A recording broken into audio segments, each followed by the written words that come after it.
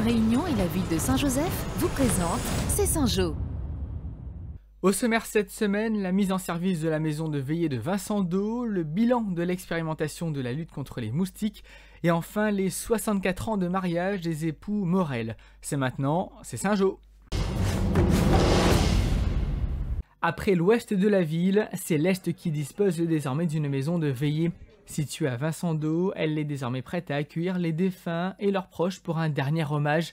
Un accompagnement dans la dignité facilité par les agents du service d'aide aux familles endeuillées, le SAF. Il faut des gens pour accompagner ces gens-là, donc on est sur le terrain et on va pas dire on est fiers d'être là, pas pour la mort, mais on est fiers d'être là pour aider ces gens-là.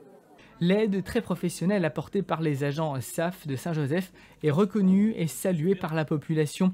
Démarches administratives, contact avec le monde médical, le SAF est aux côtés de la population.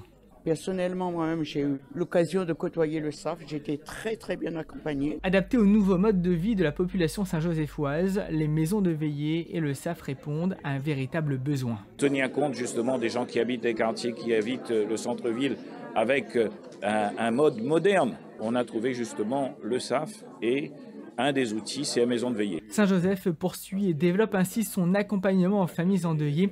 Le dispositif mis en œuvre par les femmes et hommes du SAF, toujours dévoués, a déjà largement fait ses preuves en 9 ans d'activité à Saint-Joseph.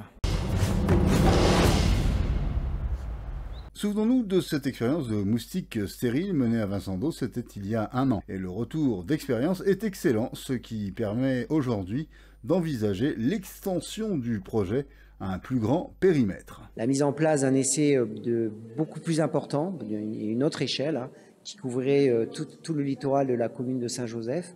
Et on souhaiterait réaliser cet essai à partir de l'hiver 2023. Pour étendre la zone de traitement, l'appui technique et humain de la municipalité est requis. Monsieur Landry, premier adjoint, n'y voit que des avantages.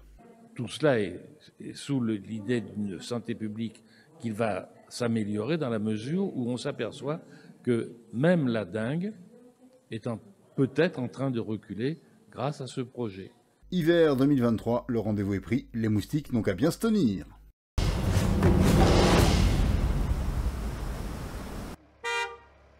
Il y a quelques degrés de moins entre leur domicile de la Cayenne et Grand Coude, et c'est à l'usine à thé que les époux Morel renouvellent leurs vœux 64 ans après, pour la plus grande fierté de leurs enfants. De super parents, rien à dire, et jusqu'à aujourd'hui, je vais leur dire encore, mes parents, je vous aime.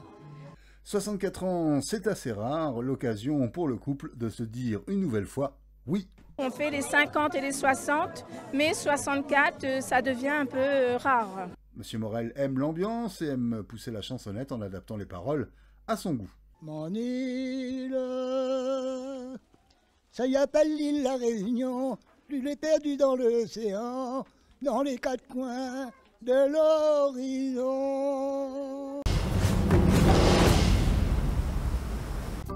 Grand retour de la fête du safran à Saint-Joseph du 10 au 13 novembre, la Plaine des Grègues s'anime. Au programme Curcuma Pays, produit du terroir, animation, concert de Gordon Anderson et élection de Miss Saint-Joseph. Rendez-vous à la Plaine des Grègues du 10 au 13 novembre, un événement gratuit de la Maison des Associations et de la ville de Saint-Joseph.